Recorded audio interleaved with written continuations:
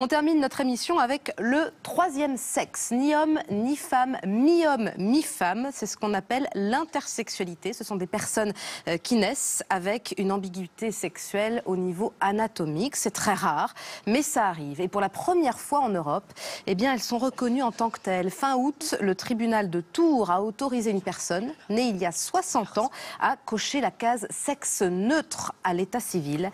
Ça, c'est une info qui ne vous a pas échappé et qui vous fait réfléchir. Un homme qui ressemble à une femme et tout ça, il se fait agresser, il se fait harceler par des gens. Et il est mal, il veut se suicider comme ça, des trucs comme ça. Et il dit qu'il a un sexe neutre, comme ça personne ne sait si c'est une femme ou un homme. Ouais, et on ne juge pas. Comme ça, on évite les jugements trop...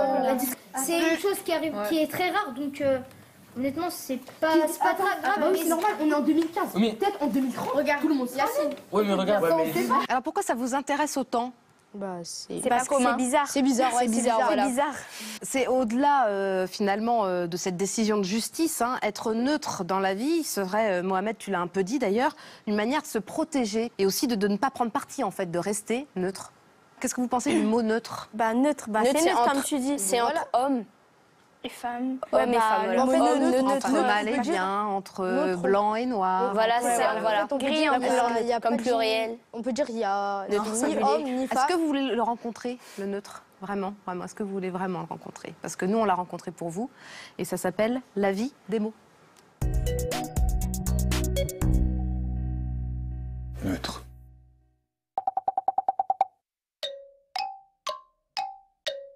C'est moi. Masculin, féminin, ni l'un ni l'autre, les deux, je suis neutre.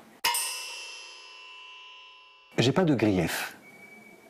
Contre personne. Grief, bon, ça veut dire embrouille, mais moi je préfère grief parce que c'est plus neutre. Grief.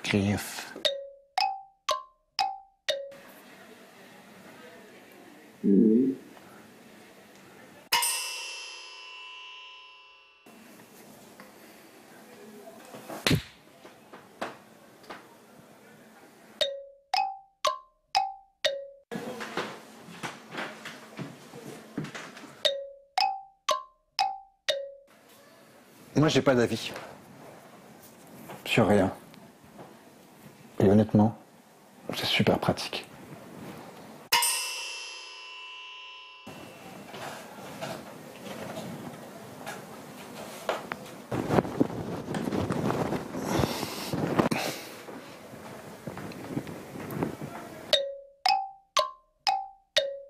C'est fou ce que ma vie ressemble à un œuf.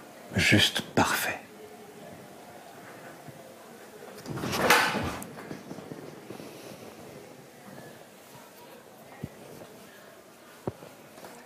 Neutre. Une définition plutôt humoristique du mot neutre, ça vous a convaincu ou pas ? Est-ce que ça vous a fait rire ? Est-ce que ça vous a fait rire, là, le sujet ? Ouais, c'est... Comment il l'interprète, oui. Ouais. Un neutre, il fait pas les choses comme comme tout le monde. Il dit par exemple neutre, pas de problème, etc. Position neutre aussi. Voilà. Oui, c'est finalement des définitions qu'elle n'avait pas forcément pensé. Ouais. C'est un peu chacun de nous, le mot neutre, avec tous nos compromis, nos contradictions, tout ce qu'on porte en nous, finalement. Ça n'a pas de définition. À quoi ça t'a fait penser quand t'as entendu le mot neutre, Moi, j'ai toi, pensé à l'allemand. Mohamed. À l'allemand ? Oui. Comment ça, à l'allemand ? En allemand, das, c'est neutre. Oui, c'est Il y a vrai. le pluriel, C'est vrai, c'est un article et il y a neutre, aussi neutre. Le féminin, masculin et neutre. Quand on ne sait pas, par exemple, pour un bébé, on ne sait pas forcément si c'est une fille ou un garçon, on va utiliser das en allemand. C'est bien vu, c'est peut-être que la langue allemande, finalement, a plus de richesse que nous par moment.